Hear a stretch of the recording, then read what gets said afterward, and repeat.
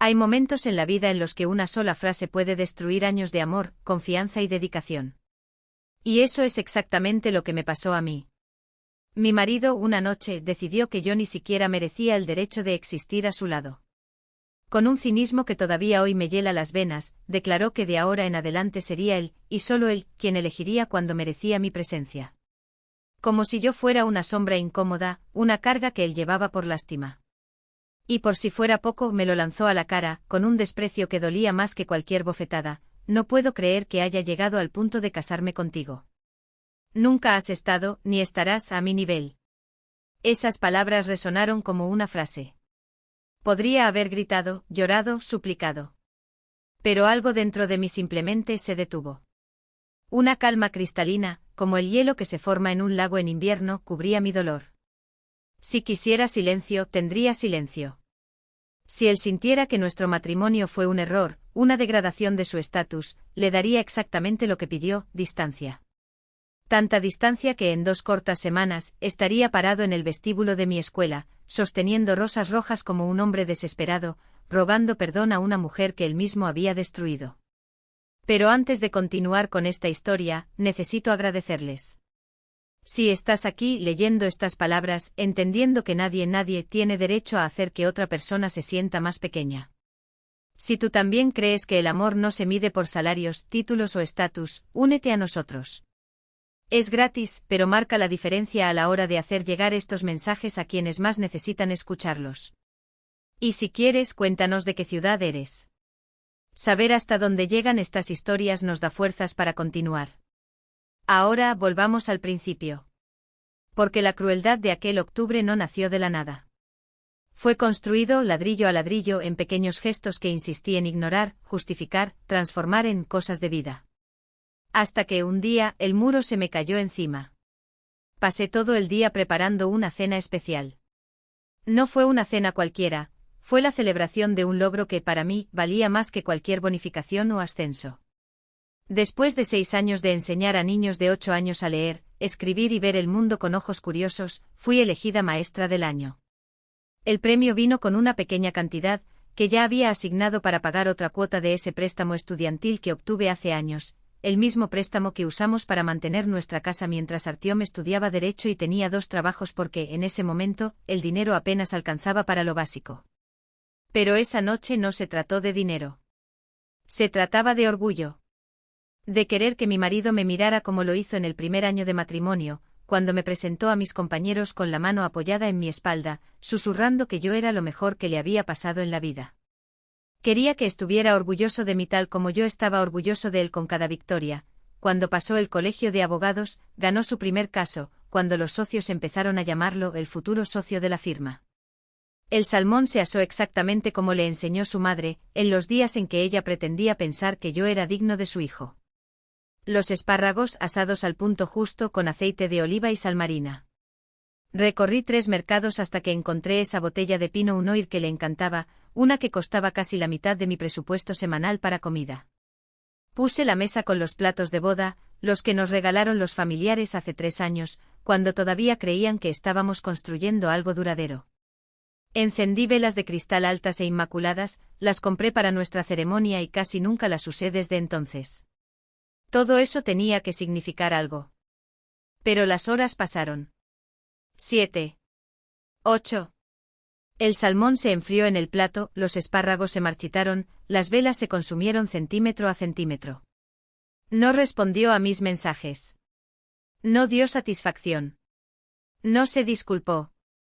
Y yo, como siempre, traté de convencerme de que era solo el estrés del trabajo, la presión de la sociedad en la oficina, un cliente importante. Hasta que a las 9:30 por fin se abrió la puerta. Artyom entró con su costoso traje desaliñado, la corbata suelta y los ojos pegados al móvil. No miró la mesa puesta. No olió la comida. No notó el brillo parpadeante de las velas a punto de apagarse. Pasó de largo como si yo fuera invisible, como si ese momento, que había preparado con tanto cuidado, no mereciera ni un segundo de tu atención. Lo intercepté en el pasillo. Mi voz temblaba, llena de esperanza que hoy me hace sentir vergüenza. Le conté del premio, de la ceremonia, de cómo quería compartirlo con él. Artyom ni siquiera apartó los ojos de la pantalla. Un gesto rápido de la mano, como espantar una mosca. O como alguien que silencia a un subordinado durante una llamada importante. Fue entonces cuando se detuvo. Finalmente me miró. Y esa mirada era peor que la indiferencia. Fue desdén. Como si fuera un obstáculo en tu camino. Necesitamos establecer nuevas reglas, dijo con la misma frialdad con la que anuncia despidos a los empleados. A partir de ahora, yo decido cuándo hablamos. Cuando nos vemos.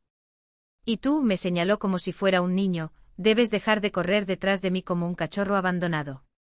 Y como si quisiera hundir el cuchillo hasta la empuñadura, comparó nuestros salarios. Mis ingresos como profesor, que apenas alcanzaban el 1.000.000 de rublos al año, contrastaban con su futuro como socio en una de las empresas más prestigiosas de la ciudad. Como si el valor de una persona pudiera reducirse a números en una hoja de cálculo. Como si el amor, el respeto y el compañerismo fueran moneda de cambio. Declaró sin pestañear que éramos desiguales. Y sin decir más se encerró en la oficina, dejándome sola con el peso del silencio y el olor a cera quemada. No lloré. No rogué. No llamé a la puerta. Porque en ese instante algo dentro de mí se transformó. Una determinación tranquila, dura como el acero. Si quisiera distancia, la tendría. Si pensara que nuestro matrimonio fue un error, un paso por debajo de su grandeza, le daría exactamente lo que pidió, con una perfección tan cruel que dentro de 2 semanas estaría allí, en la puerta de mi escuela, con rosas en la mano y desesperación en el rostro, rogando perdón a una mujer que él mismo había roto. Finalmente había despertado del trance en el que me mantenía. El mensaje era claro: siempre tienes tiempo para él, pero nunca para ti. Y era verdad. Cada cena cancelada, cada café de la tarde pospuesto, cada llamada ignorada, todo en nombre de un hombre que la noche anterior había reducido nuestro matrimonio a un error de cálculo, como si yo fuera un pasivo en su balance. Entonces, en ese descanso entre una clase y otra, mientras los niños gritaban en el patio y el olor a tiza aún flotaba en el aire, escribí otro nombre en la lista de contactos. Tania. Mi mejor amigo de la universidad, a quien le prometí 1000 veces que nos iríamos de viaje juntos, pero a quien, durante los últimos 3 años, solo veía a través de mensajes rápidos entre una reunión de padres y otra. Oye, extraño. Programemos algo. Lo que sea. Pero no me digas que estás ocupado, porque por primera vez en mucho tiempo, yo tampoco. Ella respondió con un emoji de corazón roto seguido de finalmente. No necesitaba dar explicaciones. Ellos ya lo sabían. Todos. Porque las mujeres reconocen el olor de la prisión incluso cuando los barrotes están hechos de anillos de oro y cenas caras. Cuando llegué a casa esa noche, la casa estaba vacía, no solo físicamente, sino de una manera que nunca antes había notado. No había zapatos tirados en el pasillo, ni maletín abandonado en el sofá, ni el olor del costoso perfume que usaba para ocultar su cansancio. En cambio, había espacio. Silencio que no era ausencia, sino posibilidad. Abrí el frigorífico y vi el salmón intacto, ahora cubierto de una película blanquecina por el abandono. Sonrisa. Fue el primer acto de rebelión que no le dolió, dejar que se pudriera lo que no merecía. Me preparé la cena. No era un plato equilibrado pensado para impresionar o agradar, sino algo que realmente quería: macarrones con queso derretido, el que él menospreciaba y llamaba comida de estudiantes. Me lo comí directamente de la sartén, sentado en el suelo de la cocina, con las piernas cruzadas como un adolescente. Y por primera vez en años, no me sentí culpable por nada. Ni por el sonido del tenedor golpeando la cerámica, ni por la mantequilla corriendo por mis dedos, ni por el hecho de que, si él llegaba en ese momento, me vería así, desordenada, feliz y libre. No llegó. Ni siquiera llamé. Ni siquiera envió un mensaje. Y entonces fue cuando lo supe: el juego había comenzado. No el juego de quienes piden migajas de atención, sino de quienes saben que, cuando dejas de perseguir, el mundo entero se adapta a tu nuevo ritmo. Hacer la cama solo de mi lado se convirtió en un ritual. Dejar tu taza de café sucia en el fregadero, en lugar de lavarla inmediatamente como siempre lo hacías, se convirtió en una declaración silenciosa: tu desorden ya no es mi problema. Cada pequeña acción, o más bien, cada falta de acción, fue un ladrillo en el muro que construí entre nosotros. No por ira, sino por autoconservación. El viernes, cuando llegó a casa más tarde de lo habitual, lo encontré con una copa de vino en la mano y una sonrisa que no era para él. «Ah, estás aquí», dijo como si fuera una sorpresa agradable pero no imprescindible. «Cené temprano. No esperé». Entrecerró los ojos como hacía cada vez que desafiaba, aunque fuera en lo más mínimo, el orden de las cosas. «¿Tenías una cita?», preguntó, y por primera vez en años, no fue una acusación, sino una pregunta. Porque de repente me había convertido en un misterio para él. Y los hombres como Artyom odian lo que no pueden controlar. Sí, respondí sin dar más detalles. Conmigo mismo. Y antes de que pudiera reaccionar, ya estaba subiendo las escaleras, dejándolo solo con el eco de sus propias reglas, las mismas que pronto lo asfixiarían. ¿Por qué la ironía más deliciosa? Él me había enseñado a jugar este juego. Simplemente no esperaba aprender tan bien. Esa mañana, por primera vez en años, me desperté sin que la sombra de Artyom se cerniera sobre mis pensamientos. No me pregunté si había llegado tarde la noche anterior, ni me molesté en ajustar mi despertador para que coincidiera con el suyo.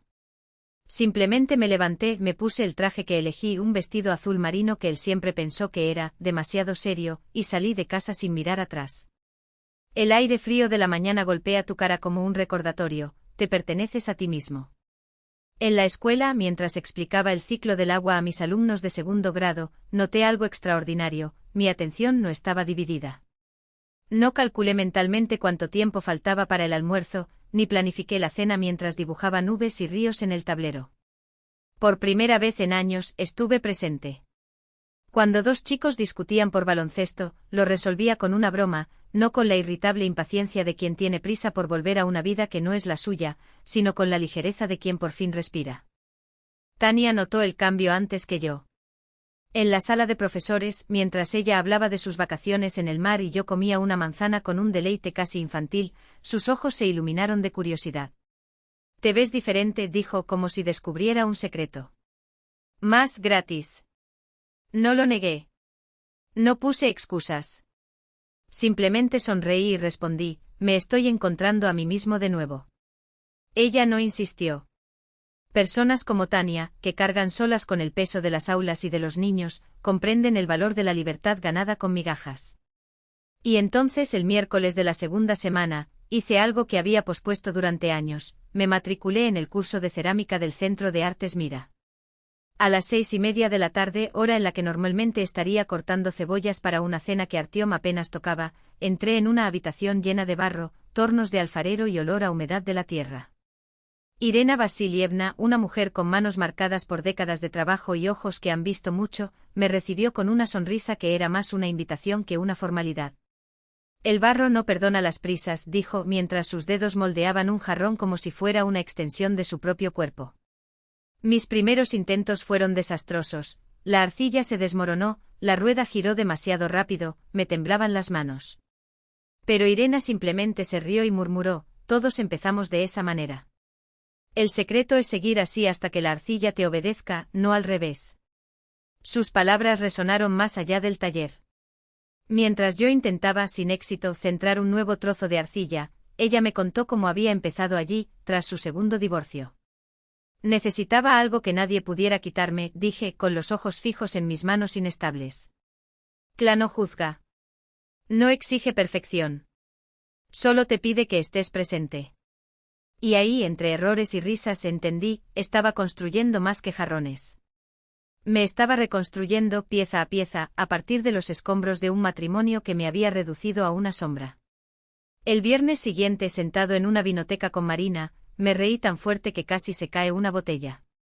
No revisé mi celular ni una sola vez. El domingo acepté la invitación de Rita a almorzar sin dudarlo, sin calcular si Artyom lo aprobaría, sin disculparme por abandonarlo. Y el miércoles, mientras Irena me enseñaba cómo suavizar los bordes de un plato torcido, tomé una decisión que sellaría mi futuro. Conduje hasta un banco al otro lado de la ciudad, un lugar donde Artyom nunca pondría un pie. Me temblaron las manos mientras estacionaba, pero mi voz no falló cuando pedí abrir una cuenta solo a mi nombre. La asistente, una mujer joven que apenas parecía haber pasado de la adolescencia, no hizo ninguna pregunta. No levantó las cejas cuando le expliqué que los depósitos serían automáticos, lo suficientemente pequeños como para pasar desapercibidos. Mientras ingresaba mis datos, sentí algo cerca dentro de mí, no una puerta, sino una bicicleta. Esos números en la computadora no eran solo dinero. Eran mi salida de emergencia. Mi declaración silenciosa de independencia. Cuando salí del banco, el cielo estaba más brillante, como si el mundo entero estuviera conspirando a mi favor. No fue el final. Fue el comienzo de algo que por primera vez me pertenecía solo a mí. Y esta vez nadie, ni siquiera Artyom, podría quitármelo. Esa misma semana concerté una cita con un abogado de divorcios. Encontré en internet a Inga Pavlovna, una profesional con experiencia en casos en los que uno de los cónyuges gana mucho más que el otro.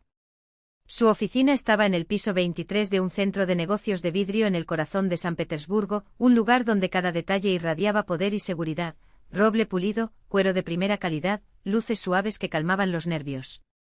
Inga Pavlovna me escuchaba con tanta atención que por el solo hecho de estar allí, me sentía protegida, como si estuviera en el lado correcto de la historia. Sus ojos transmitían la seguridad de quien sabe desmontar, pieza a pieza, la armadura arrogante de cualquiera. Escribió cada detalle con precisión quirúrgica, haciendo preguntas que iban directas al grano, nuestros números, el crédito que me había atribuido para que Artyom pudiera graduarse, los 2 días de trabajo que me apoyaron mientras él se preparaba para sus exámenes. Cuando terminé de hablar, se reclinó en su silla, cruzó las manos sobre la mesa y explicó, con una calma que parecía casi irónica, que por ley, su futura pareja y el consiguiente aumento salarial serían considerados propiedad conyugal. En otras palabras, tenía derecho a una parte. Después de todo, fui yo quien pagó su educación, quien siguió sus sueños mientras él construía los suyos. Cuando Inga Pavlovna sonrió, no había ningún triunfalismo en ese gesto. Era la sonrisa de alguien que ha visto a muchas mujeres como yo atrapadas en ciclos de sacrificio invisible, y que ahora, finalmente, vio una salida. En ese momento, por primera vez en años, sentí algo parecido a la esperanza, no la frágil esperanza de alguien que pide permiso para respirar, sino la fría certeza de alguien que está a punto de recuperar lo que es suyo por derecho. En los días siguientes, noté que Artyom empezaba a cambiar. No de manera obvia, sino en detalles que, una vez notados, resultaban imposibles de ignorar. Por las mañanas, en los breves momentos en que nuestros caminos se cruzaban en la casa, parecía desorientado. Salía de la habitación, iba a la cocina, abría y cerraba armarios como si ya no reconociera el espacio mismo. A veces lo oía parado durante minutos frente al aparador, como si intentara descifrar dónde habían puesto las cosas o porque algo ya no estaba en su lugar habitual. Su taza favorita, la que durante años había dejado lista sobre la mesa todas las mañanas, la cantidad justa de café, una cucharada de azúcar, un chorrito de crema, lo suficientemente caliente para calentar pero no quemar, ahora permanecía intacta en el estante cubierta por una fina capa de polvo. Me tomé el café sola, sin prisas, sin preguntas. Una vez lo vi abrir su armario, mirar el espacio vacío donde solía estar el paquete de galletas que amaba y cerrar la puerta silenciosamente. No preguntó por qué se había acabado el café. No era necesario. Sus gestos vacilantes, las largas pausas, la forma en que sus ojos recorrían los rincones de la casa como si buscaran algo que ya no estaba allí, todo hablaba por él. Luego vino la lavandería.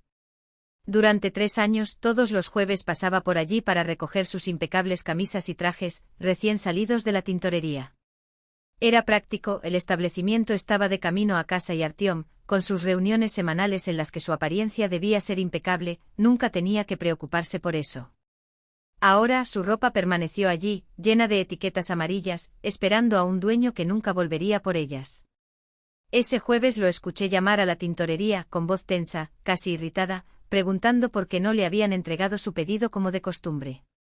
La respuesta al otro lado de la línea debe haber sido lo suficientemente clara como para que él la entendiera, nadie más se estaba ocupando de esto por él. La cocina, a su vez, contó su propia historia, silenciosa, sin palabras. Los alimentos que solía comprar teniendo en cuenta sus gustos, los platos que preparaba especialmente para él, los ingredientes de marca que prefería, todo eso había desaparecido. Ahora la nevera estaba llena de mis cosas, comidas ligeras, refrigerios sencillos para una persona, pequeños caprichos que hacía después del trabajo solo para mí. Artyom abrió la puerta y se quedó allí, mirando los estantes, como si intentara decodificar un idioma que ya no entendía. Buscaba los platos que yo preparaba, los ingredientes de sus recetas favoritas, ese queso específico que le compraba solo para él. ¿Y dónde quedó todo esto? Pasé junto a él sin ofrecerle ayuda, sin hacer preguntas. Mi rostro permaneció sereno, cortés, distante, el tipo de expresión que se usa con un conocido casual, no con alguien con quien ya has compartido una vida. Cuando nos cruzamos en el pasillo, sonreí cortésmente y seguí adelante. Si estuviéramos juntos en la cocina, prepararía mi comida, masticaría en silencio y haría algún comentario vacío como «hoy hace frío» o «no olvides sacar la basura el jueves». Hasta que una noche, casi al final de la segunda semana, Artyom finalmente rompió el silencio que yo había tejido con tanto esmero. Estaba en la sala de estar, leyendo una novela policíaca, la historia de una mujer que, con cálculo y paciencia, desmanteló la vida de su tiránico marido, pieza por pieza. Artyom apareció en la puerta hacia las 8 de la tarde. Me miró en silencio durante unos segundos hasta que habló. Su voz transmitía algo que nunca antes había escuchado, incertidumbre. No fue el tono confiado con el que se dirigía a los clientes o hablaba en el tribunal. Habló en voz baja, vacilante, como si las palabras pesaran más de lo habitual. ¿Cómo estás? Levanté la vista del libro, sonreí con calma y respondí que todo estaba genial. Simplemente respetó sus límites, como él mismo se lo había pedido. Le recordé que él era quien marcaba las reglas, ahora él decidiría cuándo hablaríamos, cuándo pasaríamos tiempo juntos. Entonces estaba esperando. Su propia lógica vuelta contra sí mismo. No había forma de discutir. Simplemente hice lo que él había determinado. Se quedó quieto como si quisiera decir algo más, pero simplemente cerró la boca, asintió y se retiró a su oficina. Regresé al libro sintiendo que una tranquila satisfacción me invadía. El plan avanzó lentamente, exactamente como lo había imaginado. Al 12º día todo volvió a cambiar. Durante el almuerzo en el trabajo estaba sentado con 2 colegas, discutiendo con los estudiantes una visita al Museo de Ciencias. ¿Sería mejor contratar un guía o dejarles explorar por su cuenta? En medio de la conversación, sonó mi teléfono.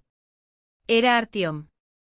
Miré la pantalla, pulsé rechazar y volví a colocar el teléfono sobre la mesa, boca abajo, sin interrumpir la discusión.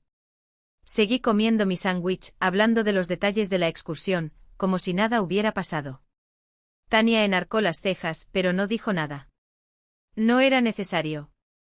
Su mirada no era de lástima, sino de complicidad, un discreto orgullo, como si supiera exactamente lo que eso significaba. Después del almuerzo, mientras caminábamos por el pasillo, me apretó ligeramente el brazo y murmuró: «¿Estás haciendo todo bien?» No lo expliqué. No fue necesario. Esa misma noche el teléfono volvió a sonar, esta vez mientras estaba en clase de cerámica. Mis manos estaban sumergidas en arcilla, moldeando un cuenco que por primera vez comenzaba a tomar una forma decente. Era él otra vez. No toqué mi celular. Continué trabajando, observando la arcilla arremolinarse bajo mis dedos, obediente, maleable. Irina Vasilievna notó el contacto y mi decisión de ignorarlo. Ella me miró con una suave sonrisa, el tipo de aprobación silenciosa que solo las mujeres que han vivido lo mismo pueden intercambiar, mujeres que saben lo que significa dejar sonar el teléfono cuando, antes, dejabas todo al primer timbre. Cuando durante años has vivido reaccionando a las necesidades de los demás, no atender una llamada es como recuperar un pedazo de tu alma. Durante los 2 días siguientes, Artyom llamó 6 veces más.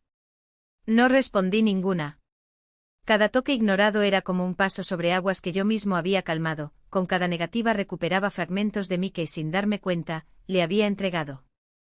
Martes por la mañana. Martes por la noche. Miércoles por la mañana. Miércoles por la noche. Jueves al mediodía. Jueves por la noche. Sábado por la mañana. Las llamadas continuaron y yo seguí sin contestar. Y cada vez era más fácil. No se trataba de venganza. No se trataba de ira. Se trataba de seguir. Lo que siempre debería haber sido, mi libertad. Él había establecido la regla y ahora cosechó lo que sembró. Yo decido cuando hablamos, había dicho con la arrogancia de quien cree que el mundo gira en torno a sus condiciones. Bueno, entonces. Había decidido no hablar. Y yo, por primera vez en años, decidí esperar. No por él, sino por la lógica implacable de sus propias palabras. Al 14º día, las llamadas cesaron. En su lugar llegaron los mensajes. La primera apareció en la pantalla de mi celular durante una clase, breve, formal, casi clínica. ¿Estás bien? Lo leí, guardé el teléfono en mi bolsillo y continué con la explicación sobre los adverbios. No respondí. Una hora más tarde otro mensaje, esta vez con puntuación temblorosa, como si los signos de interrogación fueran garras, se clavó en la pantalla. ¿Por qué no respondes? ¿Por qué no respondes? Por la tarde el tercero. La cortesía había dado paso a la irritación, y las palabras, antes medidas, ahora se amontonaban en frases desorganizadas. No entiendo lo que está pasando. Necesitamos hablar. Tu silencio solo empeora las cosas. Leí cada uno, observé la progresión de la desesperación en tiempo real y los borré sin responder. ¿Qué podría decir? Cualquier palabra mía rompería la perfección estratégica de ese silencio. Él mismo había decretado, no vengas a mí. Y obedecí. Él mismo había decidido que ahora era él quien dictaba los términos. Bueno, entonces esperaría. Déjalo decidir. Los intentos de contacto no contaban como decisión, un detalle que en su prisa por controlar, había olvidado calcular. Al final de la segunda semana, las señales de su desmoronamiento se habían vuelto imposibles de ignorar. La basura en la cocina reveló la trayectoria de un hombre que, alguna vez obsesionado con las comidas caseras en una mesa puesta, ahora sobrevivió gracias a los envoltorios de entrega, cajas de sushi con salsa goteando, bolsas de hamburguesas arrugadas, recipientes de sopa instantánea con cubiertos tirados dentro. Las camisas, una vez impecablemente planchadas, les colgaban sobre los hombros como si se las hubieran puesto a toda prisa. Perdió peso. Los círculos oscuros bajo sus ojos, antes disimulados por cremas caras, ahora eran surcos oscuros, como si alguien hubiera presionado sus dedos en su piel. Sabía que no dormía porque a las 3 de la madrugada, oí sus pasos en la oficina, el crujido de las tablas del suelo, el murmullo ahogado de llamadas realizadas a veces solo por los desesperados o los culpables. El hombre que una vez me dijo que nunca estaría a su altura, ahora descubrió lo que era tropezar sin la red invisible que durante 3 años había tejido para él. Cada detalle que manejaba, los recordatorios de las citas, las facturas pagadas antes de su vencimiento, las camisas llevadas a la tintorería, las cenas preparadas mientras él trabajaba hasta tarde, se había evaporado. Y observar esto, su lucha contra la desorganización que había creado, me produjo una satisfacción tranquila, casi científica. Como si estuviera observando a través de un cristal, el colapso de un sistema que siempre se creyó infalible. Lo que Artyom nunca supo, lo que nunca podría haber predicho, mientras se ahogaba en su propia arrogancia, fue que mientras él intentaba recomponer las piezas de su vida, yo estaba construyendo algo sólido. No frágil. No vulnerable. Todo o nada.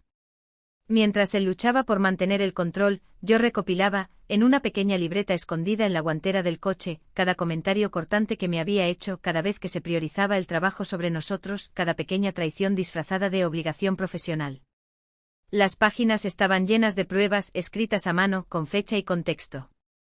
En una memoria USB guardada en el fondo de un cajón, archivó copias de documentos financieros, los que pensó que yo no vi, los estados financieros que mostraban cómo mi salario, durante años, había pagado sus cursos de especialización, su ropa de diseñador, la fachada de un abogado exitoso, mientras mis deudas permanecían intactas. Hice impresiones de los mensajes en los que canceló planes en el último minuto, guardé los correos electrónicos donde mis preocupaciones eran descartadas como drama innecesario. Incluso estaba allí la grabación del último intento de terapia de pareja, al que no asistió, junto con el informe del psicólogo que había dejado constancia de su ausencia. Inga Pavlovna, mi abogada, analizó cada pieza de ese rompecabezas con la precisión de quien prepara no solo un divorcio, sino una sentencia. Esto, dijo señalando los documentos, pinta un cuadro claro, un patrón de negligencia y fría indiferencia. Y en el tribunal, eso tendrá peso. Especialmente ahora, cuando su ascenso está a punto de convertirlo en un objetivo financiero aún más atractivo. La venganza que estaba tramando no fue ni ruidosa ni impulsiva. Hacía frío. Calculado. Metódico. Tan preciso como todo lo que había hecho bien en mi vida y que, durante años, él había menospreciado. Hasta que el día 15, un viernes por la tarde, cuando el aire del colegio ya olía a fin de semana y los alumnos corrían por los pasillos, todo cambió. Estaba ordenando los libros sobre la mesa cuando mi celular vibró. En la pantalla aparece el nombre de Svetlana Sergeevna, la secretaria. Victoria Sergeevna, hay alguien aquí en recepción pidiendo hablar contigo, dijo, y por su tono, ni profesional ni sereno, supe de inmediato que algo andaba mal. El corazón se aceleró. ¿Los padres de Olía? Salí rápidamente de la habitación, recorriendo los pasillos decorados con hojas de papel y calabazas de cartón, que en otro momento me harían sonreír. Ahora no eran más que manchas de color borroso. Al acercarme a la recepción, vi a Valentina Ivanovna leyéndoles a los niños, su suave voz casi ahogada por el sonido de pasos y risas. Y entonces, a través del cristal, él estaba allí. Artyom. Con un traje gris oscuro, el que usaba para reuniones importantes, sosteniendo un ramo de rosas tan exagerado que la cinta negra que las ataba le daba un aire fúnebre. Parecía fuera de lugar en ese ambiente, como un actor que de repente se da cuenta de que está en el escenario equivocado. Por todas partes el alegre caos de la salida del colegio, padres llamando a los niños, arrastrando las mochilas, risas resonando en el suelo de baldosas. Pero él estaba inmóvil. Perdido. Un hombre que hasta hace poco mandaba en salas de reuniones y ahora, ni siquiera sabía sostener un ramo de flores sin quedar en ridículo. Al otro lado del mostrador, Svetlana Sergeevna me miró con una mezcla de lástima y curiosidad morbosa. Los otros empleados fingieron estar ocupados, pero sus miradas se desviaron hacia mí. La maestra de tercer grado, Tatiana, se quedó congelada junto a los buzones, sosteniendo una pila de sobres a modo de escudo. Sergei, el profesor de educación física, dejó de enrollar una cuerda y olvidó hacia dónde se dirigía. Respiré profundamente. Dentro de mí no había ira. Hubo claridad. Una resolución tan clara como el cristal que me separaba de él. Cuando nuestras miradas se encontraron, el rostro de Artyom se transformó. Sus labios temblaron como si estuviera al borde de un doloroso alivio. Dio un paso adelante y fue entonces cuando noté cuánto había cambiado en 2 semanas. El traje, aunque impecable, colgaba de un cuerpo que había perdido peso, la piel, antes bronceada, ahora está pálida, con sombras profundas debajo de los ojos, el nudo de la corbata, ligeramente torcido como si lo hubieran ajustado apresuradamente. Los movimientos, una vez precisos, eran vacilantes, los de un hombre que no ha dormido durante noches. Sin esperar a que yo hablara, empezó a hablar. Las palabras salieron rápidamente sin la habitual cadencia calculada. El hombre que se había pasado la vida hablando de cláusulas y estrategias ahora parecía alguien a punto de pedir clemencia. Traté de comunicarme contigo. Te llamé, te escribí. No entiendo por qué no respondes. Le tendió el ramo como si fuera una ofrenda de paz, como si las flores y los gestos pudieran borrar meses de desprecio. Estaba bajo mucha presión. Puede que haya dicho cosas de las que me arrepiento. Finalmente reconoció que era injusto. Su voz se suavizó cuando añadió que quería hacer las cosas bien. Me propuso cenar esa noche en Belovite Antaliansky, ese restaurante que me encantaba y al que no habíamos ido desde hacía más de un año, porque siempre estaba lleno. Ahora, milagrosamente, había aparecido el tiempo. Habló de nosotros. Cómo lo extrañé. Cómo quería todo de vuelta. Y por primera vez en mucho tiempo fue él quien tembló. Su voz todavía temblaba cuando añadió, nos extraño. La palabra nosotros flotaba en el aire como una nota desafinada. Porque nunca hubo un nosotros. Solo estaba yo entregándome por completo, y él recibiéndolo como si fuera un derecho. Sus palabras sonaron ensayadas, un monólogo memorizado de antemano. En sus ojos vi el cálculo habitual, el abogado escogiendo los argumentos más persuasivos. Pero bajo esta fachada de control brillaba la desesperación. No entendía por qué ya no funcionaba. Artyom había vivido su vida resolviendo todo con lógica, perseverancia y encanto. Estaba convencida de que bastaba con llegar con flores y las palabras adecuadas para que todo volviera a su sitio. Mientras hablaba, el ruido circundante se disipó. Las conversaciones, las risas, los pasos, todo parecía haberse detenido. Los profesores y el personal ya no fingían estar ocupados. Svetlana Sergeyevna se ajustó las gafas y nos miró sin ocultar su curiosidad. Un grupo de niños, que esperaban a sus padres, de repente se quedó en silencio. Sintieron, a su manera infantil, que algo importante estaba sucediendo, incluso sin entender qué. Cuando hablé, mi voz resonó claramente por todo el vestíbulo. No tembló, no se levantó. Estaba firme, serena, confiada, como si hubiera ensayado ese discurso 1000 veces en mi cabeza. Le recordé a Artyom que 2 semanas antes, él mismo había fijado las reglas de nuestro matrimonio. Dije que él decidiría cuándo hablaríamos y cuándo pasaríamos tiempo juntos. Me pidió que dejara de perseguirlo. Entonces, dije señalándolo, ¿no fuiste tú quien dijo que no necesitábamos hablar? ¿No fuiste tú quien decidió que no querías verme? Ahora, de repente, quieres hablar. Pero yo no. Le expliqué con una calma cortante que en realidad solo quería que yo estuviera cerca cuando sentía la más mínima molestia. Que dejaría todo para hacer su vida más cómoda. Eso suavizaría las consecuencias de sus propias decisiones. Pero eso se acabó. Mi voz se mantuvo sin cambios, cada palabra precisa, medida. No ataqué, no grité. Simplemente seguí la lógica que él mismo había impuesto. En los ojos de Artyom vi un destello de incomprensión. En su mundo, la gente no le decía que no. Discutieron, resistieron, pero al final cedieron. La clientela tuvo dudas, pero acabó firmando. Todos los problemas los resolvía con terquedad, razón y presión. Pero esta vez nada de eso ayudó. Y por primera vez no supo por qué.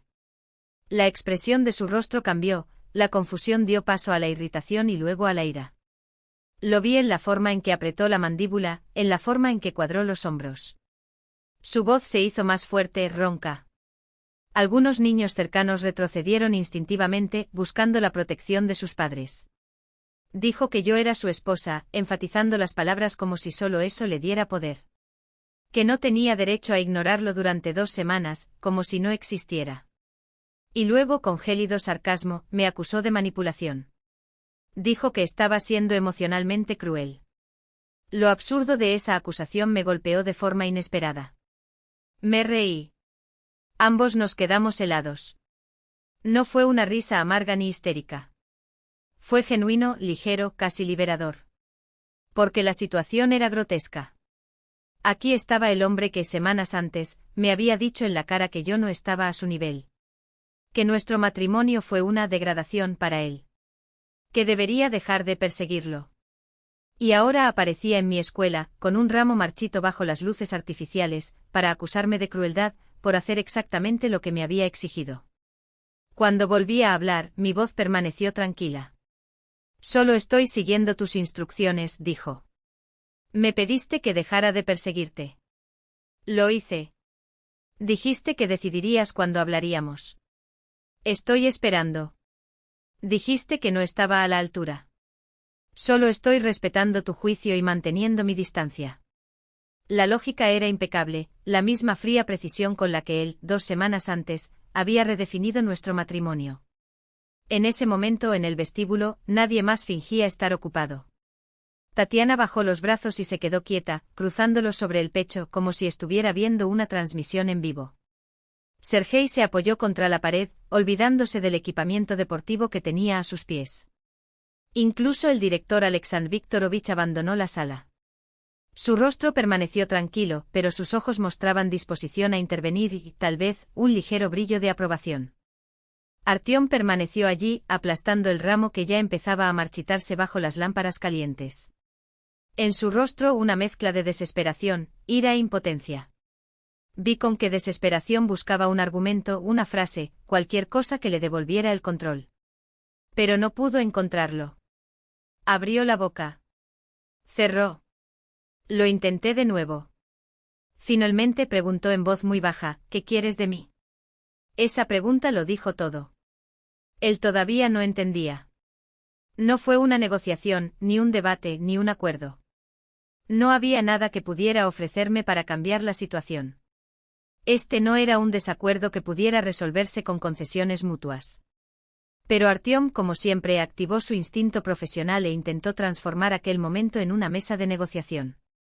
Empezó a retroceder una confesión tras otra, en un tono cuidadosamente calculado. Reconoció a regañadientes que había ido demasiado lejos. Dijo que había dicho cosas que no debería haber dicho. Cada frase parecía ensayada, cada disculpa medida. Sus ojos escanearon mi rostro en busca de una señal, cualquier señal, de que su estrategia estaba funcionando. Propuso que hablemos solos como adultos según sus palabras. Como si la unión de nuestras voces pudiera borrar su crueldad, como si el problema fuera la audiencia, no las palabras con las que había destruido nuestro matrimonio 2 semanas antes. Mirándolo allí en medio del vestíbulo de la escuela, con el ramo languideciendo en sus manos y sus ojos suplicantes, comprendí algo definitivo, como el portazo de una puerta al cerrarse. Ya no veía ante mí al hombre del que una vez me había enamorado. Esa persona simplemente ya no existía. Frente a mí había un extraño. Un hombre que creía sinceramente que la combinación adecuada de palabras, gestos y disculpas podía rebobinar la historia hasta el punto que le convenía. Pensé que si pedía perdón en la cantidad adecuada, prometía lo suficiente, mostraba arrepentimiento en la cantidad adecuada, volvería a mi papel habitual, apoyarlo, tolerar su abandono, fingir que el amor aún respiraba. La palabra que pronuncié fue corta, pero la más poderosa de mi vida, no. Sin explicaciones. Sin justificaciones. Sin remordimientos. Dije que no cenaría con él. Que no hablaríamos. Que terminaría mi jornada laboral y me iría a casa, y me propuse enfatizar esas 2 palabras. Mi casa. No nuestra casa. El apartamento que había encontrado, lo había amueblado y lo había pagado, sin su participación, sin su permiso. Dije que pasaría el fin de semana en paz. Verdadera paz. Sin miedo. Sin la sensación de que mi propia existencia molestara a nadie. Luego, con la misma calma, le sugerí que dejara la escuela. Déjalo volver a la oficina.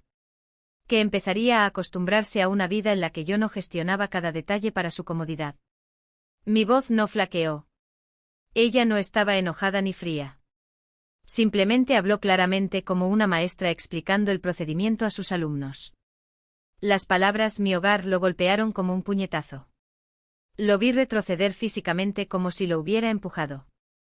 Repitió más fuerte con incredulidad: «¿Tu casa?». Sonó como una pregunta, aunque no había dudas en mi respuesta. El rostro de Artyom cambiaba a cada segundo, la incredulidad dio paso al pánico. Empezó a balbucear, pero no había nada más que decir. Porque por primera vez se enfrentaba a una verdad que no podía negociar, controlar ni moldear a su voluntad. Y eso lo destruyó. Intentó protestar. Dijo que vivíamos juntos. Que yo era su esposa. Que no podía simplemente irme sin consultarlo. La voz se elevó quebrada, como si el grito pudiera devolverle el control que se le escapaba entre los dedos. Pronuncié la palabra esposa como si fuera un término legal, un contrato que me obligaba a someterme, a guardar silencio, a aceptar, sin importar cómo me tratara. Pero ahí fue precisamente donde residió su mayor error. Artyom siempre vio la vida como un acuerdo. Pensaba como un abogado convencido de que cualquier situación podía redactarse, controlarse y resolverse con las cláusulas adecuadas. No entendí que hay cosas que ningún contrato cubre. Dignidad. Paz. Autorrespeto.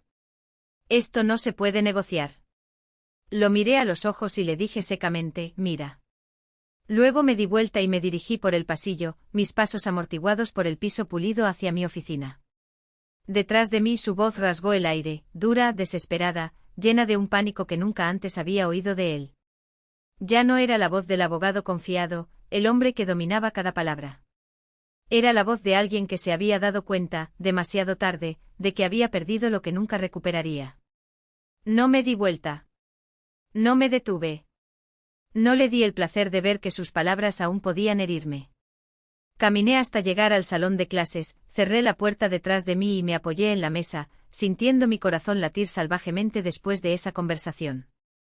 El espacio estaba vacío, los niños ya se habían ido el fin de semana. Una quietud profunda, casi sagrada, envolvió la habitación, un silencio que no había existido en nuestra casa durante meses. En las paredes, carteles coloridos hablaban de bondad, paciencia y respeto, lecciones que les enseñaba diariamente a mis alumnos de 7 años, pero que ya no me exigía a mí mismo.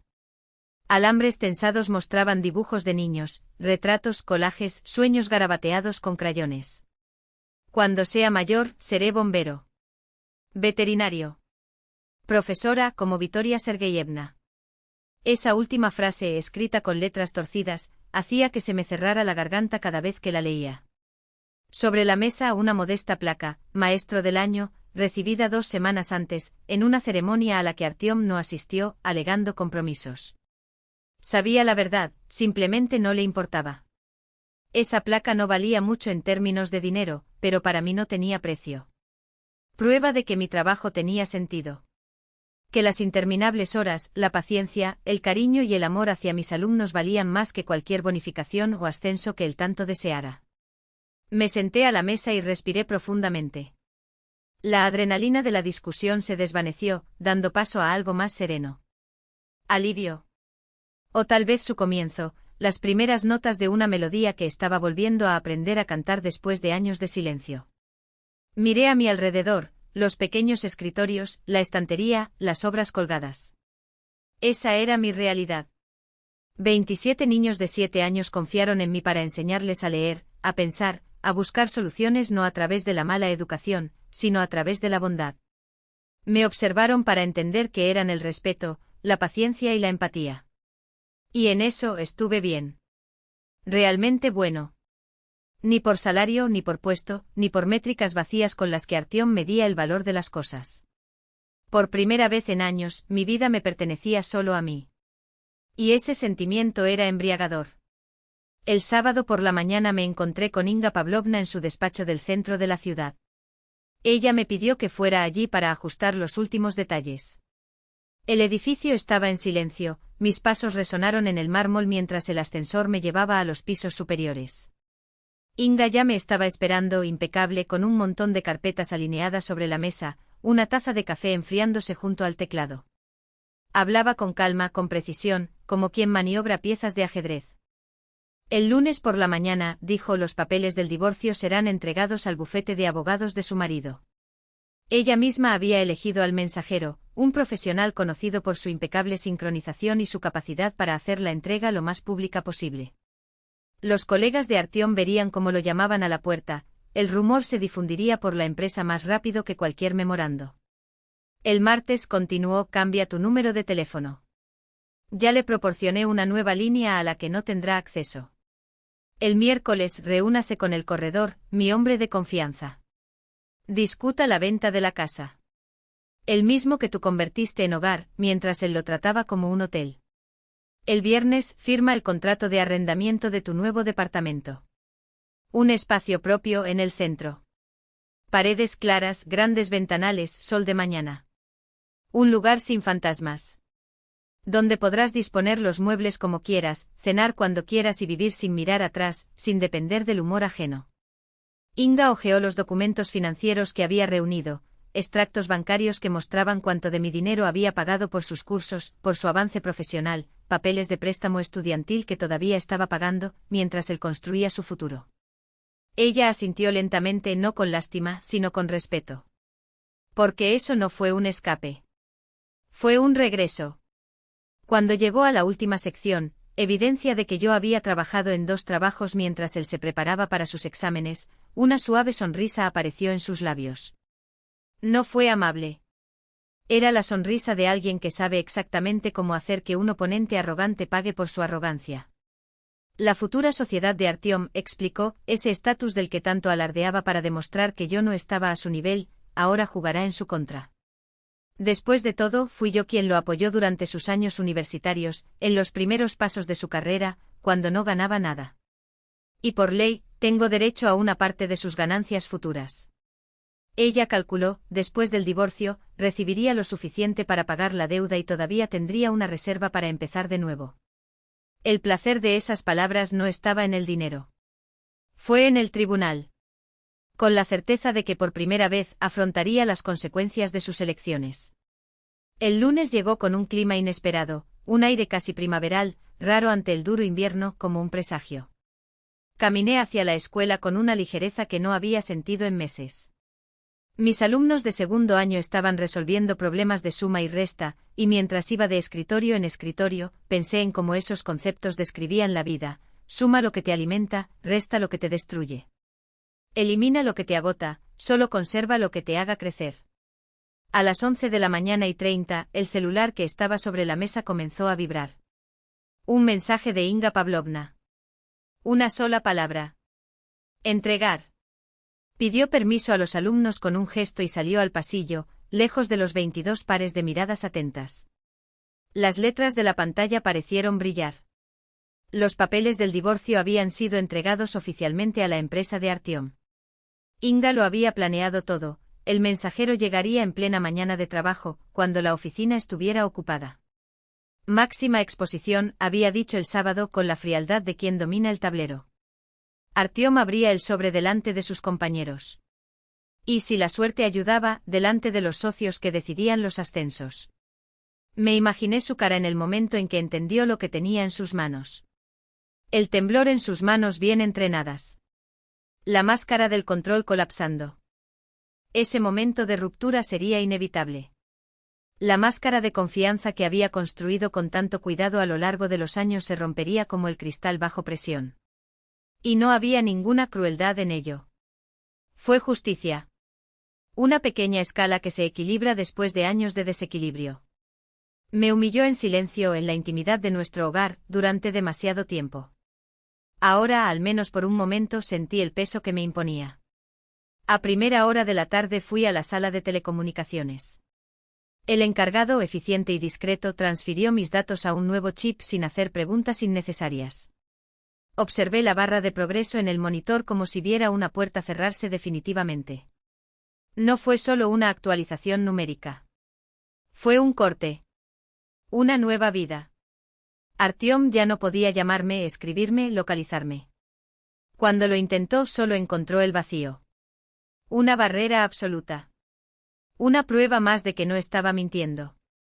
No fue un descanso. Fue el final. De regreso al colegio, aprovechaba el tiempo libre para completar todos los ciclos. Me senté a la mesa y con calma quirúrgica, bloqueé a Artyom en todas las redes: Instagram, Facebook, VK, LinkedIn. Una por una borré la evidencia de nuestra familia perfecta: fotos de vacaciones forzadas, publicaciones de cumpleaños con sonrisas que ocultaban hielo y desdén. Lo saqué de mi vida digital con la misma minuciosidad con la que ya lo había sacado de mi vida real. Sin embargo, el jueves ocurrió lo inesperado. Mientras llevaba a los niños al patio de la escuela, donde los esperaban sus padres, vi a Rita. La hermana de Artyom, siempre impecable, confiada, con ese aire de quien domina cada situación, estaba despeinada. Tenía el pelo ligeramente despeinado y el maquillaje se había aplicado apresuradamente, como si no hubiera tenido tiempo de mirarse en el espejo. Esperó a que mis alumnos se dispersaran y se acercó con una expresión que mezclaba ansiedad y determinación. ¿Podemos hablar?, preguntó en voz baja, señalando con un gesto un rincón lejano. Había algo en su tono, la nota alta de alguien que intenta contener una situación que ya se le estaba escapando de las manos. Rita dijo que Artyom la había llamado la noche anterior, desesperado. Me había dicho que había solicitado el divorcio, que los papeles habían sido entregados en la oficina, que me había ido sin avisar y que no respondía ninguna llamada. Admitió que él podía ser difícil, incluso autoritario, pero que estaba bajo una inmensa presión debido a su ascenso a socio. Podemos arreglarlo todo, insistió con calculada suavidad, como si 3 años de matrimonio fueran motivo suficiente para justificar el resto. No vale la pena tirarlo todo. La miré, reflexionando sobre cuánta verdad merecía escuchar. Rita siempre había sido amable conmigo, invitaciones a tomar café, inclusión en cenas familiares, pero al final del día, ella era su hermana. Aún así, no merecía seguir creyendo en la versión que él ciertamente le había vendido. Le dije todo. Cada palabra de aquella noche de octubre. Como él dijo, no creía haber caído tan bajo como para casarse conmigo. Que nunca estaría a tu altura. Que él decidiría cuándo nos veríamos o hablaríamos. Que debería dejar de cabrearte. Mientras hablaba, el rostro de Rita cambió. Primero la sorpresa, los ojos muy abiertos y la boca abierta. Luego la familiar vergüenza de alguien que de repente se da cuenta de que todo en lo que creía era un engaño. Miró a su alrededor, asegurándose de que nadie la escuchara, y susurró algo que cambió el juego. Artyom lleva meses diciéndole a su familia que su matrimonio ha terminado. Afirmó haber cometido un error al casarse con una mujer sin ambiciones, incapaz de seguir el ritmo de su carrera. Que se quedó conmigo por obligación, pero que en cuanto fuera socio, se iría. Porque eso sería mejor. Rita confesó que había discutido con él, que le parecía cruel su actitud, que siempre lo había apoyado en todo. Pero Artyom la había ignorado, del mismo modo que me ignoró a mí. Parecía realmente devastada mientras murmuraba. Debería habértelo dicho antes. Esperaba que te dieras cuenta de lo que te estabas perdiendo. Sus palabras dolieron. No bastaba con humillarme en casa, también destruyó nuestro matrimonio en público, reescribiendo la historia para presentarse a sí mismo como una víctima y a mí como una carga. Estaba tan convencido de que nunca lo dejaría que ya había anunciado el fin de nuestra relación con la familia, y sin embargo, esperaba que yo siguiera cocinando, limpiando y cuidando, como si nada hubiera cambiado. El recuerdo de su sorpresa cuando me fui se volvió aún más dulce. Estaba tan acostumbrado a tratar mi devoción como un derecho que ni siquiera imaginaba que yo era capaz de irme. Agradecí a Rita por su honestidad. Dije que valoraba tu coraje al decirme la verdad y que no guardaba rencor. Pero dejé claro que mi decisión era irreversible. Artyom demostró quién es realmente, dije. Y yo le creí. Ella asintió lentamente como si solo entonces se diera cuenta de que él había tallado su propia ruina. Por la noche, mientras organizaba cajas en la nueva casa, llamó Marina. Mira, la hermana de un amigo vio las publicaciones de Artyom en Facebook. Ya lo había bloqueado, pero teníamos contactos en común y sus publicaciones estaban abiertas a amigos de amigos. Marina leyó en voz alta, con la voz temblorosa de indignación. Fue un discurso pomposo sobre cómo el matrimonio requería esfuerzo y diálogo. Sobre cómo algunas personas se dieron por vencidas en lugar de luchar por lo que importaba. Sobre lecciones dolorosas de confianza y lealtad. Cada frase era calculada, autocompasiva, diseñada para generar conmoción. Se presentó a sí mismo como el marido traicionado, abandonado sin motivo alguno por una esposa ingrata. En los comentarios, decenas de me gusta y mensajes de apoyo de compañeros y amigos. Nadie sabía la verdad. Todos reaccionaron ante la versión inventada, aquella en la que él era el noble incomprendido, el que sufría. Quiero comentar ahí mismo, contarte todo. Estalló Marina, furiosa. Pero la interrumpí. No estoy enojado, respondí. Me estoy riendo. Porque era predecible. Un hombre que se ganaba la vida con hermosas palabras hizo lo que mejor sabía hacer, distorsionar la realidad a su favor. Le conté a Marina, palabra por palabra, lo que él me había dicho esa noche. Que no creía haber caído tan bajo como para casarse conmigo. Que nunca estaría a tu altura. Que él decidiría cuándo nos veríamos. Y agregué. Que cuente su versión a quien quiera. Ya no protegeré su reputación. No le permitiría volver a escribir la verdad, convirtiéndose en un mártir. Marina prometió actuar de forma precisa pero eficaz. Tenía una vasta red de contactos y un don para difundir información exactamente donde importaba. Sabía que dentro de una semana, casi todos en nuestro círculo sabrían el verdadero motivo de mi partida. Cuando colgué, miré a mi alrededor. Cajas apiladas, muebles sencillos contra las paredes, todo modesto pero mío. Cada centímetro de ese espacio era solo mío. Sin concesiones. Sin divisiones. Sin la sombra de los deseos o estados de ánimo ajenos. La destrucción del matrimonio de Artyom siguió el plan trazado por Inga con precisión militar. Cada paso completado. Cada golpe claro. Artyom apareció en mi puerta como una versión distorsionada de aquellos años en los que todavía creía que era posible amarlo. Impecablemente vestido, o al menos así lo intentaba, con el traje colgando ahora holgadamente sobre huesos prominentes, como si su propio cuerpo lo hubiera abandonado a la misma velocidad con la que él había abandonado la decencia. Los ojos hundidos, rodeados de sombras que ni siquiera el mejor corrector del mercado podía disimular, delataban noches de insomnio, no de arrepentimiento, sino de cálculo. Su cabello, generalmente alisado en un peinado que gritaba, «Soy un hombre exitoso», estaba despeinado, como si se lo hubiera arrancado en algún ataque de ira contenida. Y allí estaba él con 2 tazas de café de ese carísimo café junto al mar, nuestro lugar, o al menos el lugar donde le gustaba hacer gala de la ilusión de que éramos una pareja de revistas. No me moví cuando lo vi por la mirilla. Permanecí inmóvil, bloqueando la entrada con mi cuerpo, como una frontera invisible entre el pasado que él representaba y el futuro que ya había comenzado a construir. Cuando abrí la puerta fue suficiente para que él viera mi cara, no el apartamento. No es mi espacio. No mi vida sin él. ¿Podemos hablar? Su voz tembló, un detalle casi imperceptible, pero que me dijo más que cualquier palabra. Me tendió uno de los vasos y lo tomé no por amabilidad, sino para evitarle la humillación de ver sus propias manos temblar aún más. El discurso que siguió fue una pieza bien ensayada. Las palabras salieron pulidas, casi poéticas. Me equivoqué. La presión del trabajo, la carrera por una pareja, me convirtieron en alguien que no reconocía. Estoy en terapia.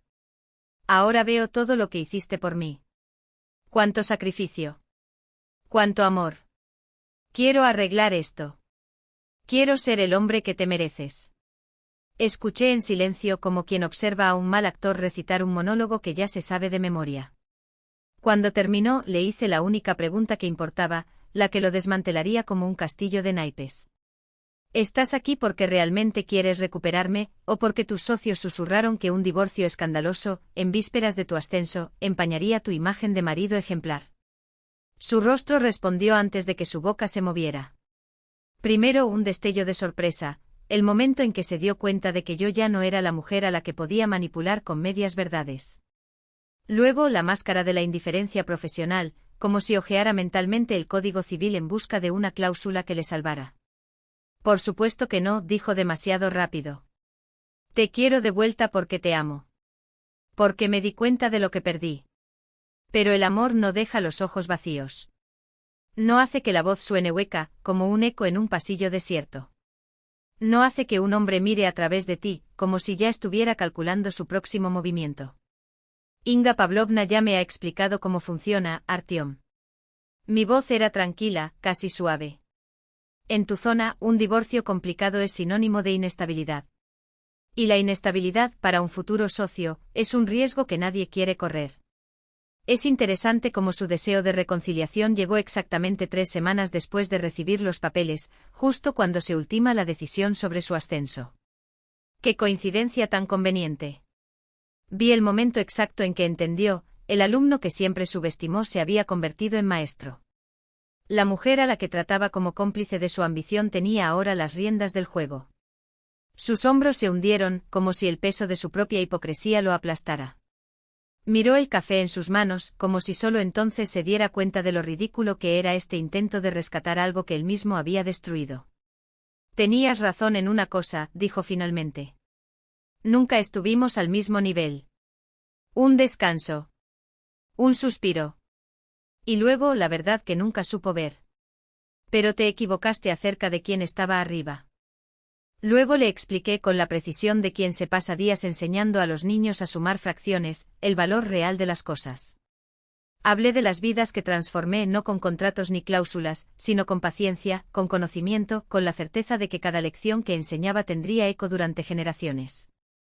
Cada niño que aprendió a leer abrió puertas que de otro modo habrían permanecido cerradas.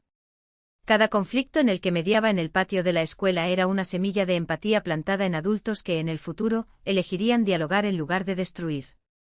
¿Y tú, Artyom? Pregunté sin odio, solo con una claridad que lo cortó como una espada. Ayudas a las empresas ricas a evadir impuestos. No construyes nada. No das. Simplemente quítatelo. Sí, tu trabajo llena tu bolsillo.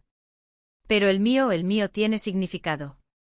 Sus ojos se abrieron no por culpa, sino por algo peor, la comprensión de que por primera vez, alguien lo había reducido a lo que realmente era. Un hombre que medía su valor en números, mientras que yo medía el mío en vidas. Mi nivel, dije sin la menor duda, me satisface por completo. No tengo ninguna intención de descender al tuyo. La próxima tormenta. Era la libertad de respirar sin calcular cada gesto, cada suspiro.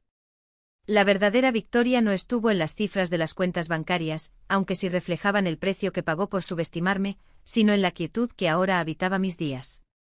Una quietud que no era la ausencia de vida, sino su plena presencia. Esa mañana de sábado con el aroma del café negro flotando en el aire y la luz del sol filtrándose a través de las cortinas que yo mismo elegí, fue la prueba. Ya no existía la sombra de alguien que me hiciera dudar de mi lugar en el mundo. Los libros de la estantería, desorganizados para cualquier ojo que no fuera el mío, eran un mapa de mis elecciones. La cerámica imperfecta en los estantes tenía las marcas de mis manos, de las horas en que aprendí a moldear arcilla y, con ella, de mí mismo. Incluso el silencio en esas habitaciones era diferente, no era el vacío que había sido antes, lleno del eco de las palabras lo que me disminuía, sino el espacio donde mi voz finalmente podía resonar sin interferencias. En la escuela, donde antes me habían reducido a una figura decorativa en los planes de otra persona, ahora ocupaba el centro de mi propia narrativa. Los estudiantes de la nueva clase, esos ojos atentos, esas mentes que cuestionaban más allá de lo obvio, me recordaban diariamente por qué había elegido ese camino. No por falta de opciones, como había insinuado, sino por la convicción de que ningún bono de fin de año podía comprar, que dar forma a futuros era más valioso que acumular fortunas. La placa de Maestro del Año, que alguna vez fue un amargo trofeo en su presencia, ahora brillaba con un significado genuino. Ya no necesitaba demostrar mi valía ante nadie. Me bastó saber que, mientras él todavía perseguía la aprobación de los demás, yo ya había encontrado la mía en la sonrisa de un estudiante que por primera vez entendía una ecuación, o en la carta de un exalumno agradeciéndole por creer en ella cuando nadie más lo había hecho. Las amistades que reviví, las que él llamó una pérdida de tiempo, florecieron sin la sombra de su juicio. Ir a cursos de cerámica con Irina Vasilievna ya no era un hobby tonto, sino un acto de resistencia y amor propio. El club de lectura, donde nos reíamos de pasajes absurdos y debatíamos ideas hasta altas horas de la madrugada, era un recordatorio de que la inteligencia no se medía en salarios, sino en conexiones. Incluso mi hermana Olga, cuya risa había aprendido a reprimir para no molestarla, ahora llenaba mi vida de una manera que ni siquiera sabía que extrañaba. Nuestras conversaciones, antes limitadas a actualizaciones superficiales, ahora profundizaban en recuerdos de la infancia, en sueños latentes, en planes que por primera vez no necesitaban ser justificados ante un tribunal de uno solo. Cuando Marina me llamó con la noticia del aplazamiento de la tan esperada asociación de Artem, confieso que por un segundo imaginé cómo sería saborear ese momento. Ver al hombre que me menospreció durante años verse obligado a tragar su propio veneno, la humillación de que su competencia sea cuestionada por las mismas personas que una vez lo idolatraron. Pero la satisfacción que esperaba no llegó. En su lugar vino algo más profundo, la certeza de que la justicia no necesita un espectador. La vida se había encargado de demostrarle, sin que yo moviera un dedo, que el pedestal en el que se colocaba era de arena. E irónicamente fue precisamente lo que más temía el que dirán lo que lo derribó. No quiero saber nada más de él, le dije a Marina, y era verdad. No por indiferencia, sino porque su historia ya no era un capítulo de la mía. Cerré ese libro cuando firmé los papeles del divorcio y no había motivo para volver a abrirlo.